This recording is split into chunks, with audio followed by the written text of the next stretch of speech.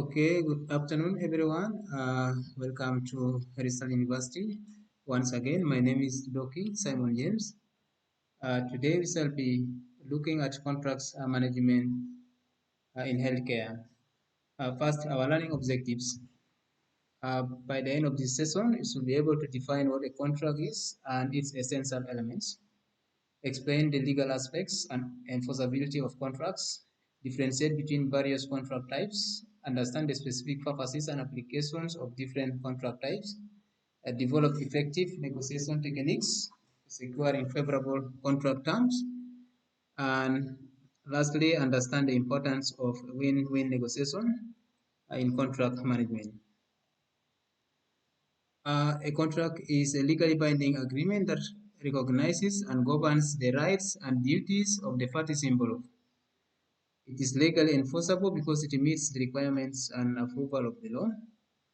An agreement typically involves the exchange of goods, services, money, or promises. Contracts serve as a legal protection for both parties involved in a potential business deal.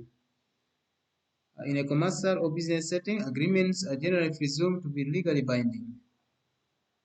Even seemingly informal understandings can be legally enforceable contracts.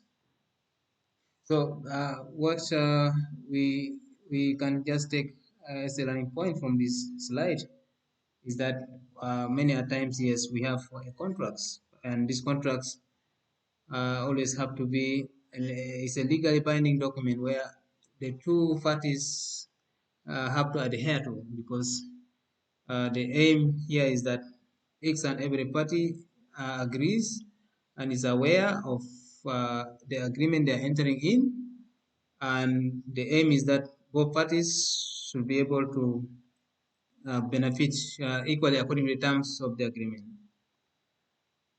Let's look at some key terms related to the contracts.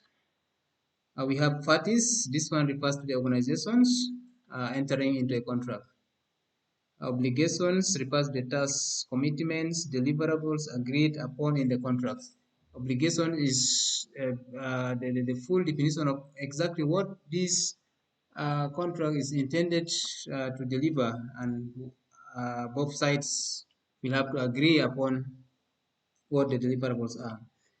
Terms refers to the agreement details, okay, details of the agreement and the obligations imposed into the contract. Performance is a carrying out of the task or meeting the obligations under the contract. Negotiation is a process through which parties offer and accept terms to reach a consensus. Okay, they will always have to deliberate on certain negotiations to be able to reach a consensus before a signatory can be made. Risk is potential threat or events that could compromise the organization's position, and normally this could be forecasted risk or risk that uh, always they are deemed to, if they are well known, they can always be discussed in advance, because one of the major discussion point could always actually be the risk, where the two parties will try to weigh how this will balance on both sides, and it is part of the negotiation and the contracts many a times. Breach of contract is now when things go astray. Okay, one or more party fail to comply with the terms or perform their intent. So this could happen well after already a contract is signed, but then, for example, if this is a supplier and he had agreed to supply for us with items, maybe for a facility, but all of a sudden the frequency that we have agreed to be receiving this item is not the way we agreed. That's already a breach of the contract. Elements of legally enforceable contract. We said both parties intend to enter a legal relationship and be legally bound by their promise. Both parties contribute something of value to the deal. There is a meeting of minds about the terms. So what happens here is that meeting of minds means you have agreed what is in the contract. I've also agreed. So both parties have agreed, and they always they can testify that yes, with all these discussions, I think we can make a deal at this moment. Uh, Types of contracts in healthcare management. Number one, we are going to look at sales contracts. This one including the leases. I think the word lease is very common for those who resides in Juba. Land lease, floor lease, quite a number of things. So a sales contract is an agreement between a healthcare organization. For this matter, is the seller and a customer. The customer is now the consumers. Okay, the organization agrees to sell products and services, and the customer is obliged to pay for the product or services. So once again, be it a private health facility or the government health facility, if you take, for example, the private health facilities, okay, you are in a clinic, for example, and you are the seller. Okay, you are selling the services of healthcare to the clients, the customers, patients who come. And what happens here is that you open this clinic for a reason that there should always be a willingness to pay. There should be people who are willing to pay for this particular service, and these are the clients. Number two, we have a purchasing contract. This is a formal agreement between a healthcare organization, who is the buyer for this case, and a supplier who commits to selling products or services under agreed terms and conditions. So, with this particular contract, we are looking at we are actually the buyers. The health facility is the buyer because they are contracting a supplier. Perhaps this is a supplier who is bringing drugs. Maybe it's one of the pharmaceutical companies. So for you to be able to meet the needs of your clients, you have to buy a particular service, which is these supplies, and the aim is to improve the services that you are providing to the end user consumers. Number three, we have partnership agreement. This establishes the terms of a partnership between two legal entities. This agreement defines the entities as partners in a commercial arrangement, often reflecting the desire of parties to collaborate with common goals.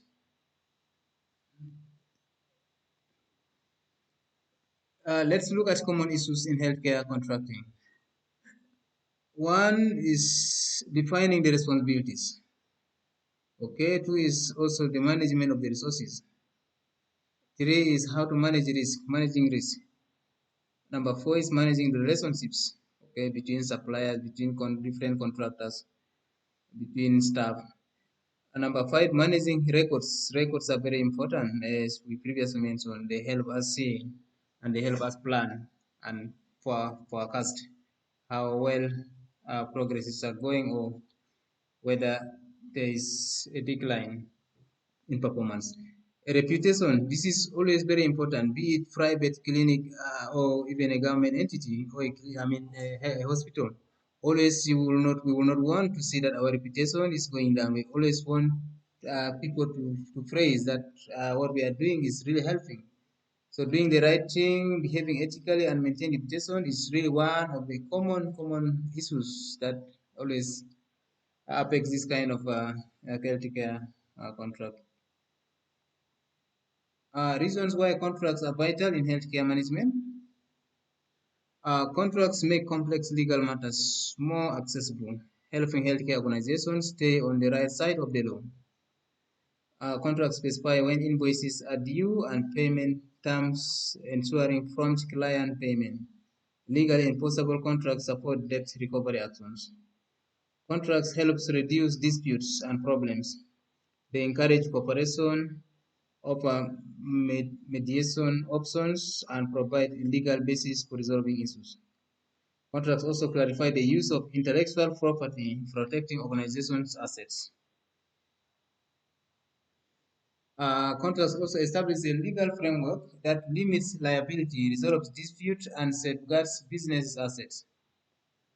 Contracts outlines operational and sales processes, ensuring all parties understand their roles and responsibilities. Contracts help clients understand how healthcare organizations operate and deliver services, setting expectations. Contracts demonstrate a commitment to clients' well-being and instilling trust. Elements of a valid contract. We are looking at A is a competent parties. We said parties must have a legal capacity.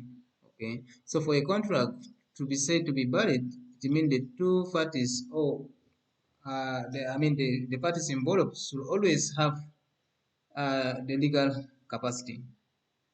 They must be over the age of majority, usually 18 and above, and have mental capacity to understand the contract significance. Minors can void contract with some exceptions for necessities.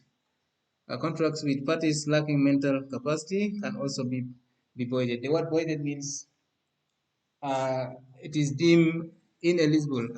It is like non-binding. It is not considered. Okay.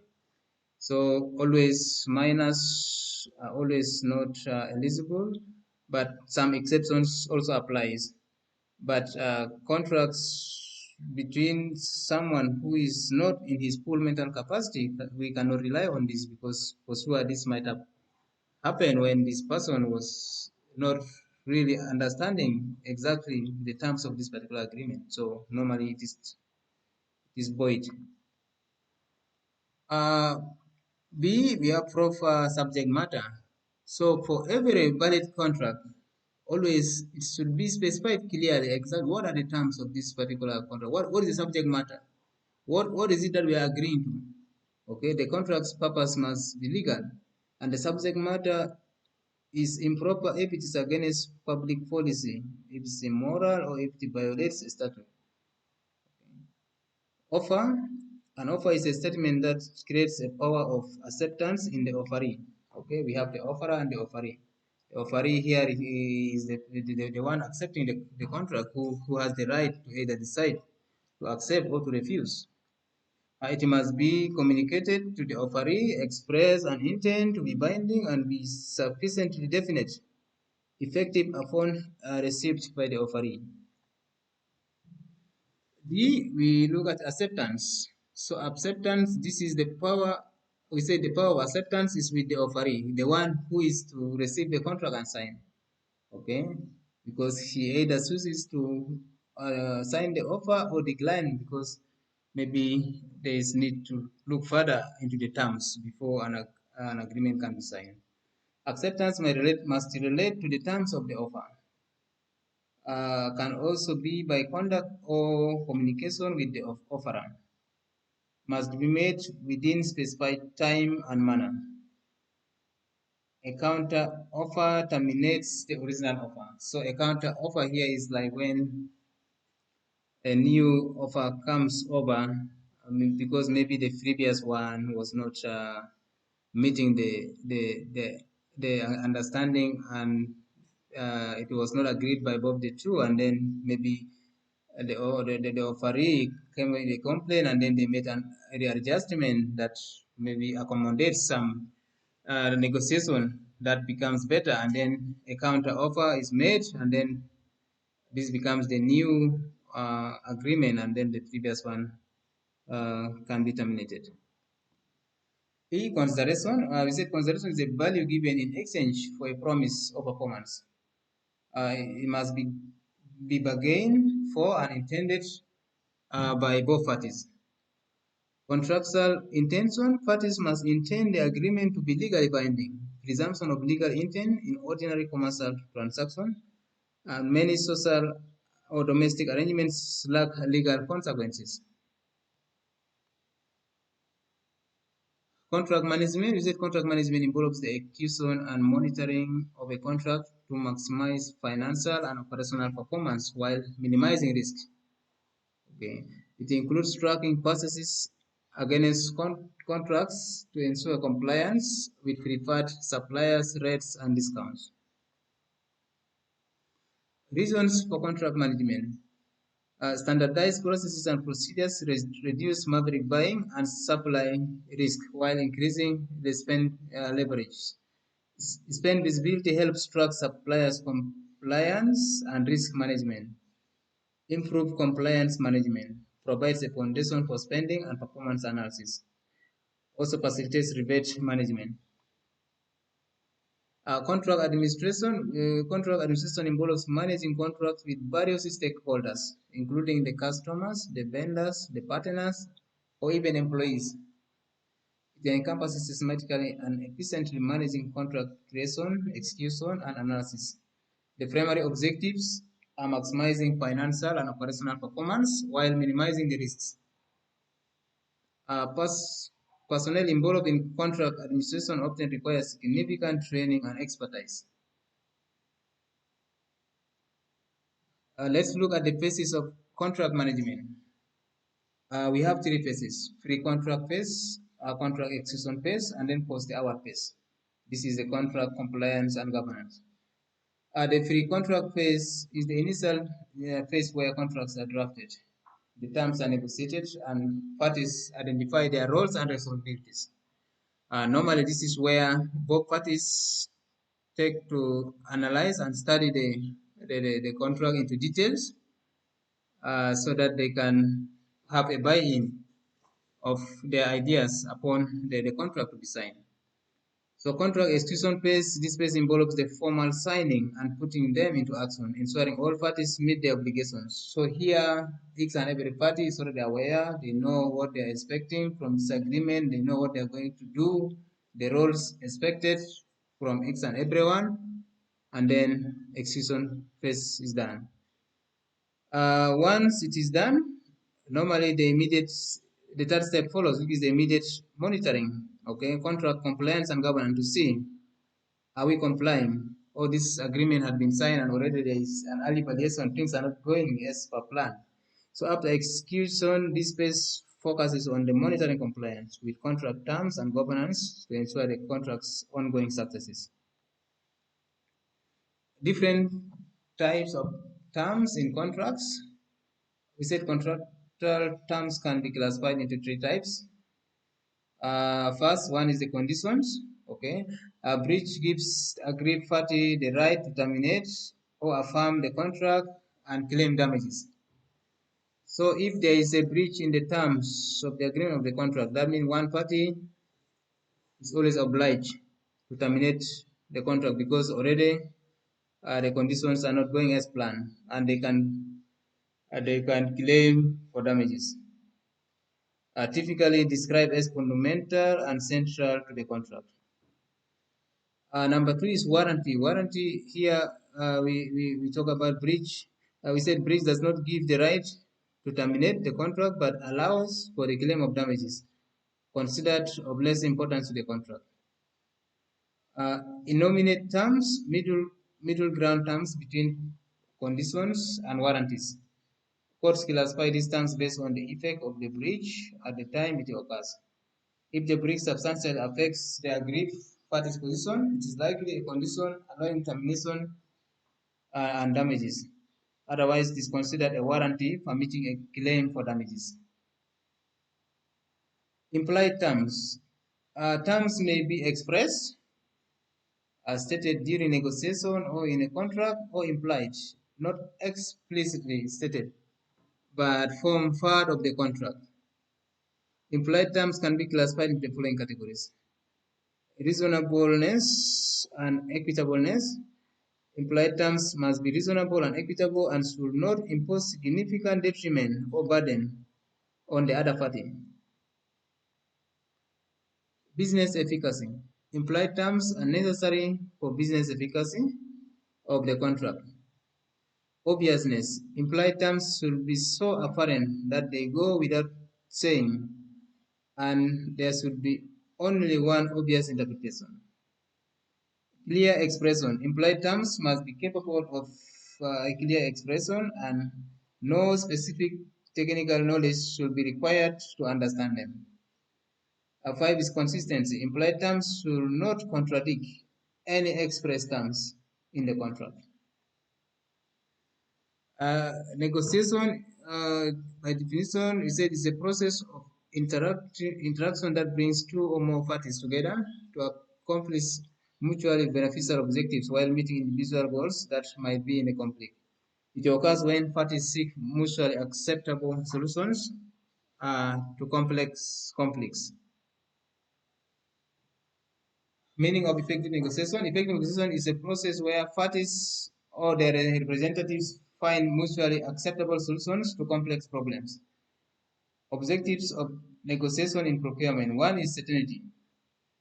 ensuring that both parties are certain about what is being supplied, the time of delivery, quantities, quality, and consequence of delay or failure to meet agreed requirements. So one of the objectives in negotiating a procurement is so that every party is certain. We are certain of what we are expecting. And normally this is really what makes us bargain, because we need to be sure before entering this contract, we need to be sure of what we are expecting. Number two, the best deal. We said achieving the best terms in price, quality, delivery time, aiming for a win-win solution. So always, actually, the purpose of a best and fulfilling contracts will be a win-win solution. We know that to reach an agreement, already compromises are made.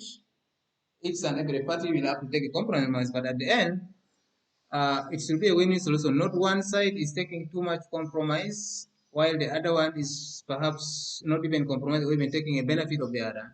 Okay. Creation of long-term relationship between the parties, focusing on establishing permanent relationships to avoid conflicts and achieving efficient use of resources. So actually, the best deal in a win-win resolution normally guarantees a long-term relationship. And many a times, these parties they focus on establishing a permanent relationships to avoid conflicts. Reasons for negotiation still, a negotiation is vital at different stages of the procurement process, including before entering a contract, during the operation of a contract, or when dealing with issues that may arise. Common reasons for negotiation include clarifying issues, improving the current offer, exploring complex circumstances, and also managing risks. When to negotiate, negotiation can occur at various stages during the procurement processes.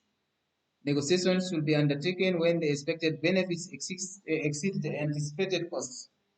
Typical negotiation stages include after selecting a preferred offerer, before the contract signature, before any variation contract, and whenever issues arise during contract operation. Okay, so these are important time frames when typical negotiation stages might occur.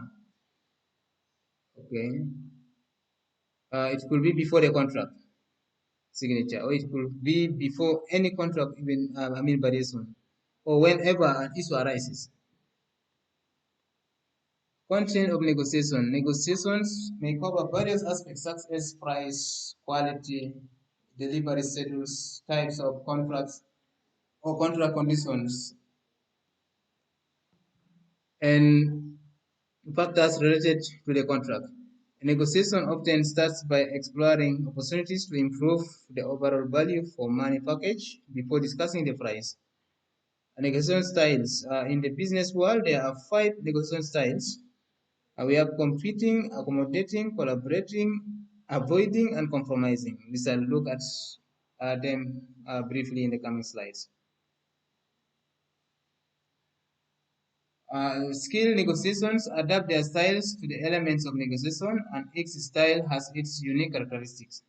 It is essential to choose the most appropriate negotiation style based on the type of negotiation and its context. We have what we call best alternative to a negotiated agreement, BATNA. It's a BATNA stands for best alternative to a negotiated agreement. It's a source of great negotiation power and can be identified by considering the best alternative when no agreement is reached. Having a well-developed and attractive partner is critical for successful negotiations. Competing style is used when negotiations need quick results based on the expected results of I win and you lose. Focuses on the substantive outcome more than the relationship. Can be disadvantageous when both parties have high competing approaches, leading to a potential deadlock. So we can see this competing style is really self-centered. This is where everyone succeeds to win, while imposing loss on the opposite side. You know?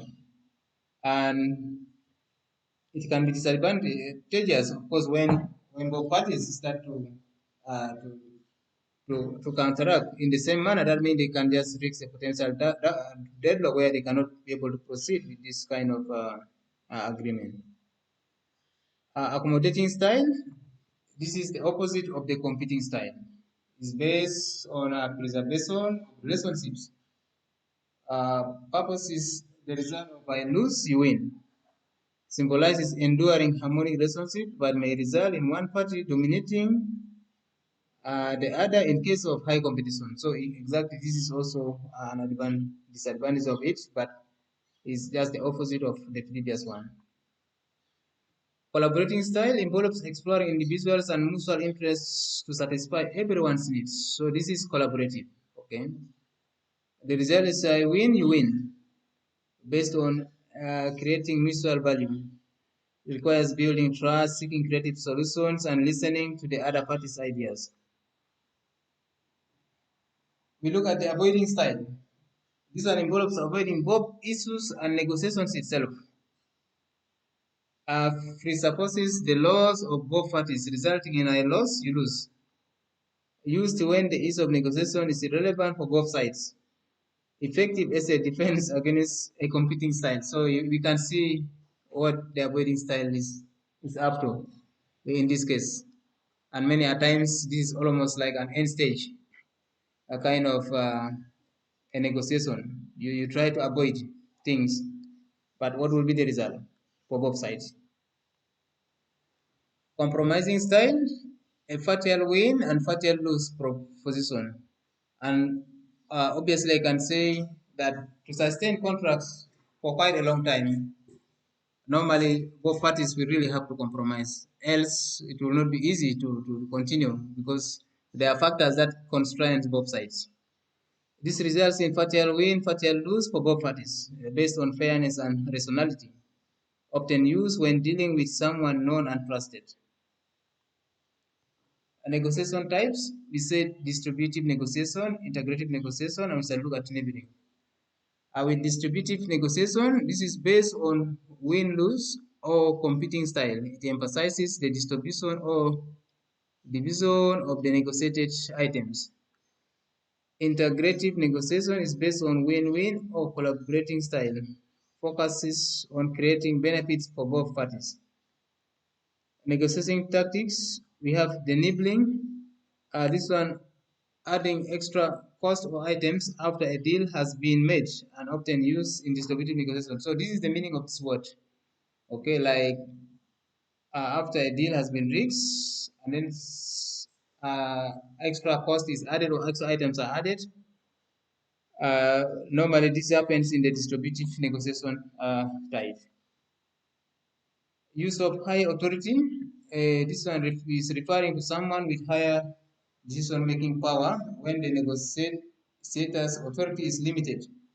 Okay, someone is not able to negotiate and will have to use the power of a higher authority to negotiate on their behalf.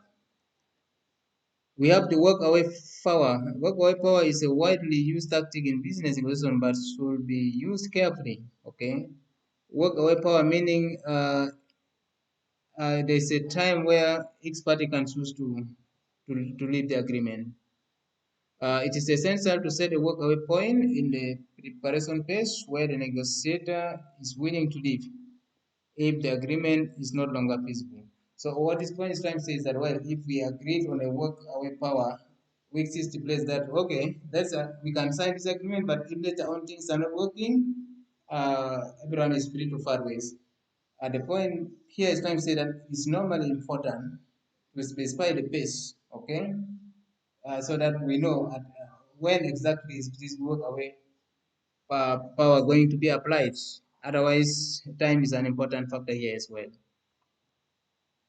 The power of legitimacy, we say written documents and policies hold more weight and credible than spoken agreements.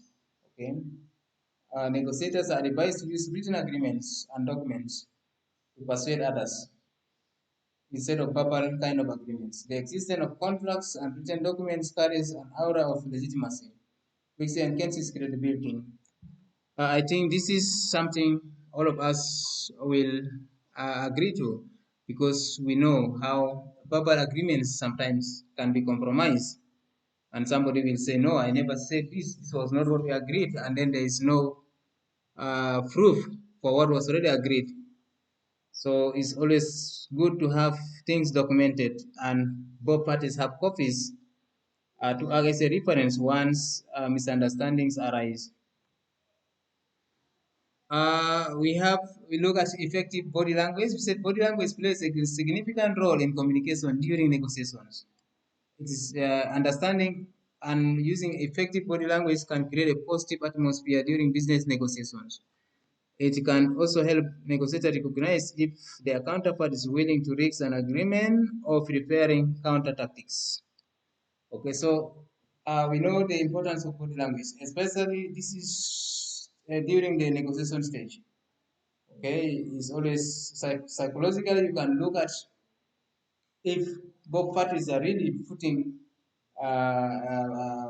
positive intentions in this negotiation. From the body language alone, one can be able to read something. So it's also an important aspect of this kind of negotiations.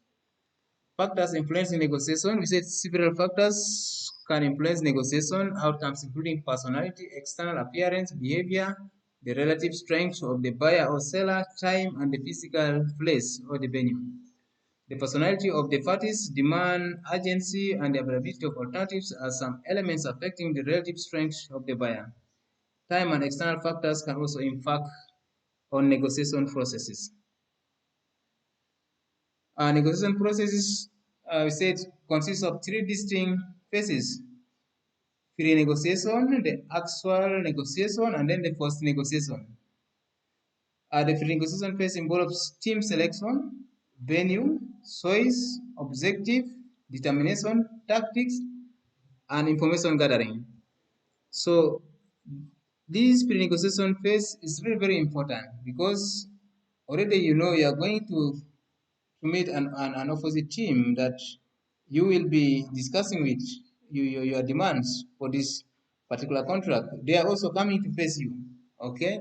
But then you already need to be prepared. You first need to have really the team that you know will be able to present you well. And this is a team that's well versed with what you are going to negotiate for. Okay, and then uh, you may need a venue, a proper venue where the negotiation discussions can go well in a better and organized place. And then the objective is already well, okay, objective narration is well understood. And how are you going to, what tactics are you going to use in the negotiation to be able to achieve really this objective? This team is already well aware. And then you have to gather more information. Otherwise, you will not know exactly what you are going to be presenting. Effective negotiation strategies and tactics will also should be planned during this particular phase. The actual negotiation stage includes handling debates, bargaining, and addressing deadlocks. Techniques for overcoming deadlocks may involve taking breaks, using humor, considering consequences, or agreeing to agree in principle. Okay, let's agree to agree, or agree to disagree. The post negotiation phase involves producing reports, ensuring organizational commitment, preparing legal contracts, and establishing monitoring procedures. Preconditions for successful negotiation. It says successful negotiation requires mutual dependence, adequate preparation, the possession of the right skills, clarity of agenda, strong communication skills, emotional control, and willingness to compromise when necessary. I would like to mention something about emotional control because this is where sometimes things might go wrong. Okay, when people start to get angry, and then this was supposed to be a peaceful negotiation where we are just to focus on certain agendas and agree on certain goals. But when people become emotional and many things can happen here, and already it might compromise and will even give out a very bad communication about the future of how we are really going to reach this particular deal between these two parties. So the winning approach is emphasized as the right approach to a negotiation. Normally, this goes with a compromise on both sides. If one party is able to compromise and the other is not able to compromise, sometimes it may not be easy to broker a deal. Key qualities of a good negotiator. So here we are looking at personal attributes, someone who should be in our team as a negotiator. Okay, should be someone who has patience, is patient enough. You need to really understand. You need to wait. Somebody is speaking. Take your time and uh, take your time to reply, and always are respectful of other people's ideas. Perseverance, this person should have to persevere.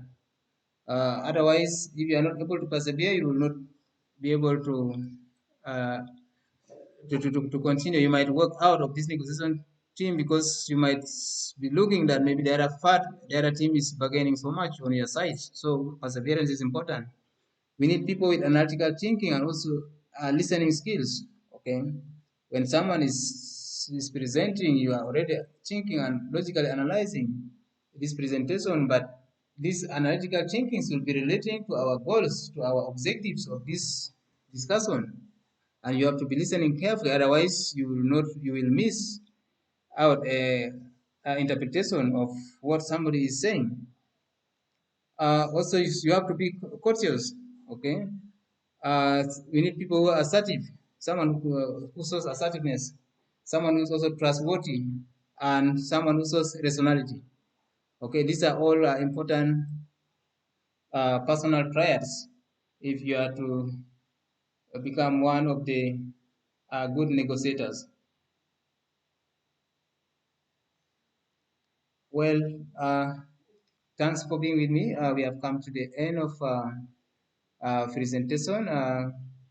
Bye bye for now, and we'll link up in another presentation. Bye bye.